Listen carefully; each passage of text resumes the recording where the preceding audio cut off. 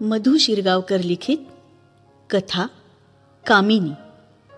सादर करती पूर्वा धारप. शांता सकाळी नेहमीप्रमाणे उठून गोठ्याकडे गेली. वासराचा कासरा सैल करून कामिनी पुढे चारा टाकला. पाण्याची बादली भरून तीही समोर ठेवली.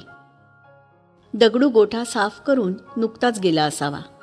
खरं म्हणजे ही कामंही दगडू करू शकत होता. इतर गुरांचं तोच करी. पण ही कामिनी लहानपणापासूनच महात वाढ. लहान होती तेव्हापासूनच कासरा सोडला की आधी शांतेकडे येऊन अंग घासू लागे. शांतेनी लाड करावेत, मानेस खाजवावं, तेव्हा कुठे बाईसाहेब आईच्या पान्ह्याला तोंड लावत. त्या माऊलीचा पान्हा गळू लागे तोवर. पण ही बया काही शांतेनी धरून पान्ह्यापर्यंत नेईपर्यंत प्यायचीच नाही. मोठ्या जाऊबाई नेहमी म्हणत, शांते, पोरं काय नि गुरं काय जागीच ठेवावीत. डोक्यावर घेशील तर लाथाडतील हे नक्की. पण शांतेला गुरांना काय की पोरांना नाही म्हणणं कधी जमलंच नाही. आता ही कामिनी गाय स्वतः आई झाली तरी शांतेशिवाय इतर कोणाला हात लावू द्यायची नाही. चारा पाणी शांतेनीच करावं, धारही तिनंच काढावी. इतरांनी अनेकदा प्रयत्न करून पाहिला आणि कामिनीच्या लाथाही खाल्ल्या.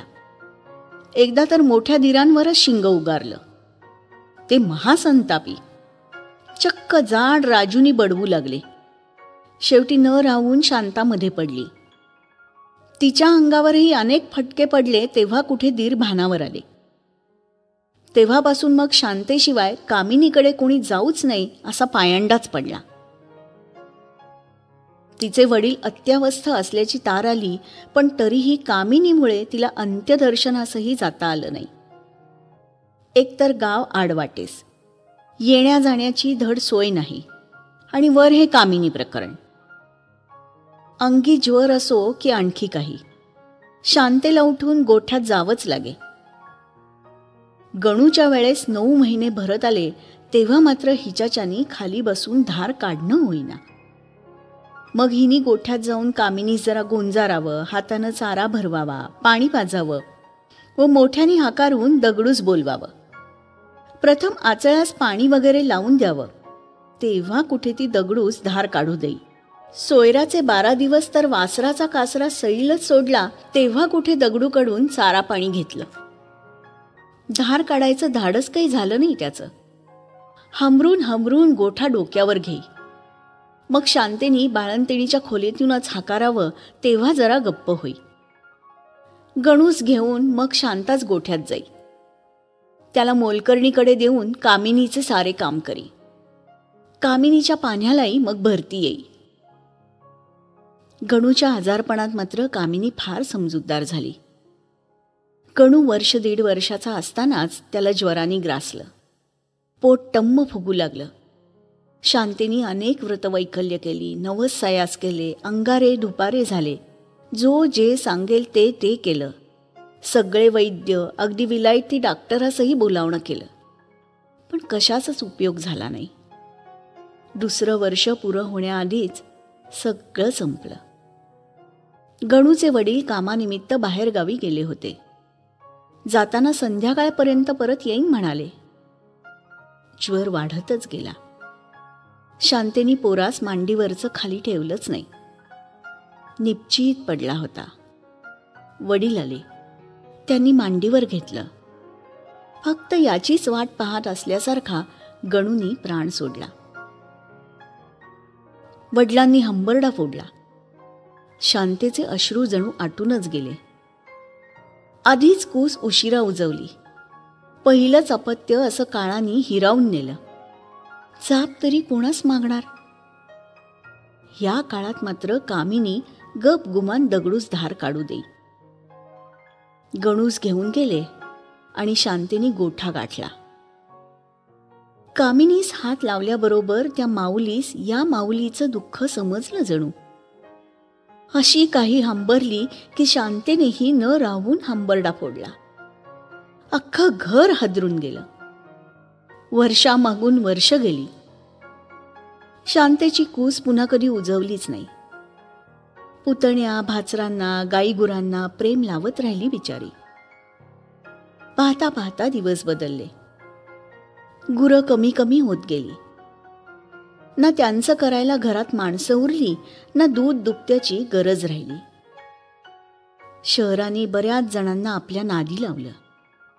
गणू पाठोपाठ त्याच्या वडिलांनीही अंथरूण धरलं आणि काही वर्षात तेही गेले. कामिनीही भाकड झाली. पुतण्यानी अनेकदा तीस विकण्याचा प्रयत्न केला, पण तिची कीर्ती जगजाहीर. म्हणून कोणी शेणामुतासाठी फुकट देऊ म्हटले तरी घेईना. शेवटी एक दूरच्या गावातील शेतकरी तयार झाला असं कानावर आलं. पुतण्या म्हणाला, काकी, तिला नेतील तेव्हा तू समोर येऊ नकोस. बाकीचा रे आम्ही बघू. शांतेचं मन भरून आलं. आज शेवटचा दिवस. आपल्या हाताने चारा पाणी भरवलं तिने. मुकं जनावर, पण तिलाही कळलं असावं. वारंवार हात चाटू लागली. शांतेच्या डोळ्यातून आसवं गळू लागली. बघता बघता तो माणूस येण्याची वेळ झाली. पुतण्या हिला गोठ्यातून घेऊन गेला. म्हणाला, देवळात जाऊन बस काकी, हीच नेले की बोलावणं पाठवतो. मन मानत नव्हतं, तरी जाणं भाग होतं. हळूहळू निघाली. दगडू वाटेत भेटला. गुरं गेल्यापासून दगडूचं घरी येणं बंदच झालं होतं. म्हणाला, काकी, कुठं निघालात? आज कामिनीला घेऊन जाणार? तुम्ही कशा तयार झाला खाटकाला विकायला?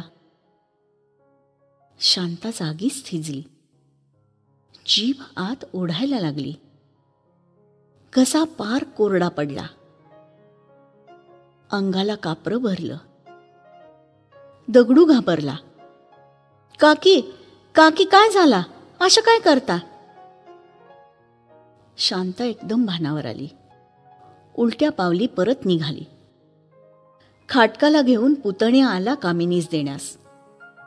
त्याला गोठ्याच्या दारातच शांता भेटली, ती चंडिकेच्या रूपात. हातात कोयता आणि नजरेत अंगारे. जिच्या दुधावर एवढा माजलास तिला खाटकास विकतोस? उद्या आपल्या जन्मदात्र्या आईला विकून खाशील की काय? कामिनीस हात लावायचा नाही. हा गोठा आमचा. बाकीच्या घराचा कर बाजार मी नाही अडवणार. जीवात जीव असेपर्यंत ही खाटकास मिळणार नाही, एवढं ध्यानात ठेव. सगळेच 2 पावलं मागे सरकले. आज प्रथमच काकी कशास नाही म्हणत होती आणि तिचा शब्द मोडण्याची ताकद व्यापारी वृत्तीच्या पुतण्यातही नव्हती.